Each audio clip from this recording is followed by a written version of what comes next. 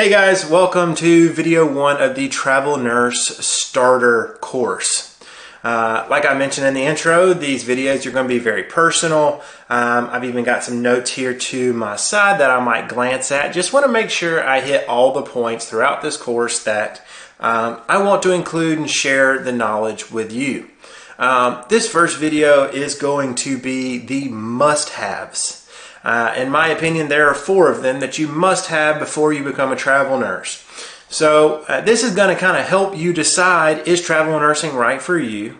Or is it a good time right now? Because if you don't have one of those 4, in my opinion, it's not a good time. Maybe it'll be a good time in 3 months or 6 months or 12 months. So let's get into what are these 4 must-haves, and I'm gonna mention them real quick, and then we are going to go back and talk about them in detail. Number 1 is having a nursing license. This is obvious, but I want to talk about it and kind of explain the licensing and giving you an idea of how the compact and single state license work. Number 2 is experience. You must have enough experience as a nurse to be a travel nurse, and in my opinion, to be or to have success as a travel nurse. Number 3 is reliable transportation. It's very important. As travelers, a lot of times we're in areas that we don't know anybody, and having reliable transportation can definitely make this less risky for you. So, and number 4 is adequate emergency funds. So let's go back to the beginning here, the nursing license, and let's talk about all 4 of these in detail. So number 1 is license. There are really 2 types of license. There's single state license and there are compact license. Okay. I don't know the exact number of compact states currently. Right now it is February of 2022. I think we're around 36, 39 maybe compact states. If you are a resident, and as your like home residence is inside of one of those compact states, then you can apply for a compact license. Then once you get your compact license, you can practice as a licensed nurse inside any of those compact states. If you do not live in a compact state, then you must apply for a single state license in any state that you are working in. So that can be kind of tedious and frustrating. But again, it's just one of those things. Maybe in the future, your state will become part of those compact states.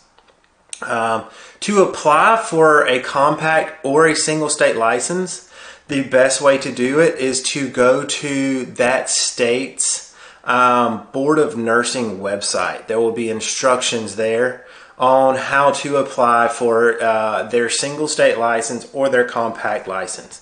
And again, you can only apply for a compact license if your home state is a compact state. Just want to make that clear. I think that's pretty much it as far as license. Your experience. Everybody gains experience. They learn at different speeds, and this is a very opinionated topic here as far as how much experience is enough experience. A lot of agencies require at least 2 years of experience as a nurse, with at least 1 year of experience in the specialty that your contract is going to be in. So again, as far as the experience, how much is enough? Most of the time you're going to have at least 2 years. There are some agencies and some facilities will accept less. And in my opinion, I never really try to tell somebody, oh, you're not ready. What I like to do is give them an example. Let's talk about a worst case scenario. Let's say you are a nurse. You're going to your very first travel contract. It is in a city you've never been to. You get there for your orientation. They use a different charting system. They use different equipment and technology, maybe different IVs, maybe different IV pumps.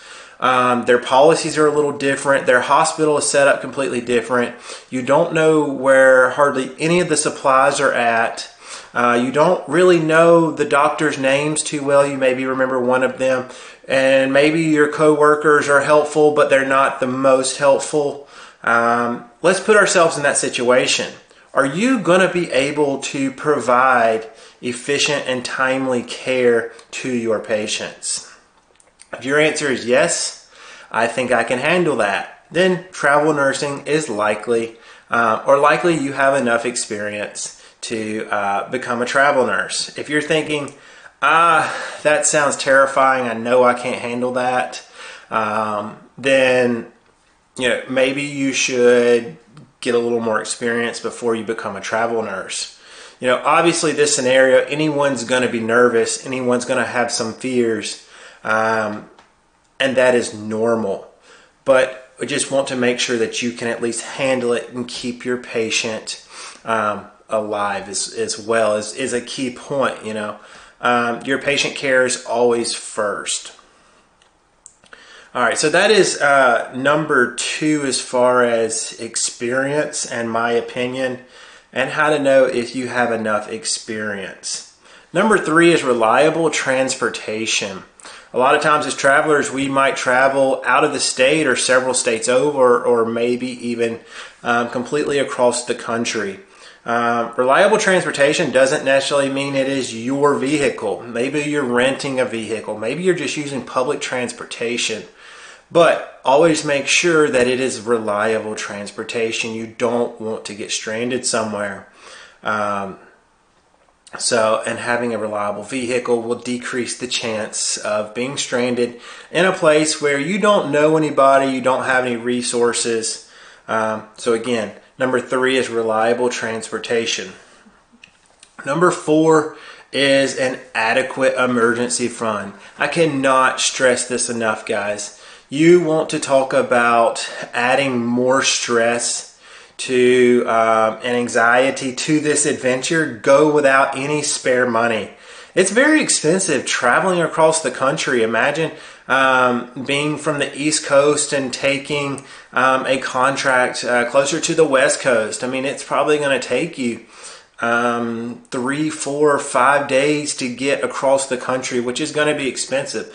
You've got to think gas cost, maintenance on your car, your hotel nights, plus food. Lots of cost, and that's just if everything goes as planned. You've also, starting a contract, you likely have to pay up front your first month's rent, maybe a security deposit as well. And again, imagine if you get all the way out there and your contract is canceled, or maybe your housing was not what you expected and you're kind of stranded there without any money. You've spent all your money getting there. Now you're there, it hasn't panned out, and you have nothing to get back home. So again, these are kind of worst case scenarios as far as the emergency fund, but these things do happen to some people. It's very uncommon, but it has happened. So definitely keep that in mind. As far as my opinion, what is enough of emergency fund? I would say 3 months of expenses. And that's expenses as a travel nurse. It's definitely more expensive as a travel nurse. You're paying for short-term housing as well. So if I had to put a number on it, I would say at a minimum, you would want at least $5,000.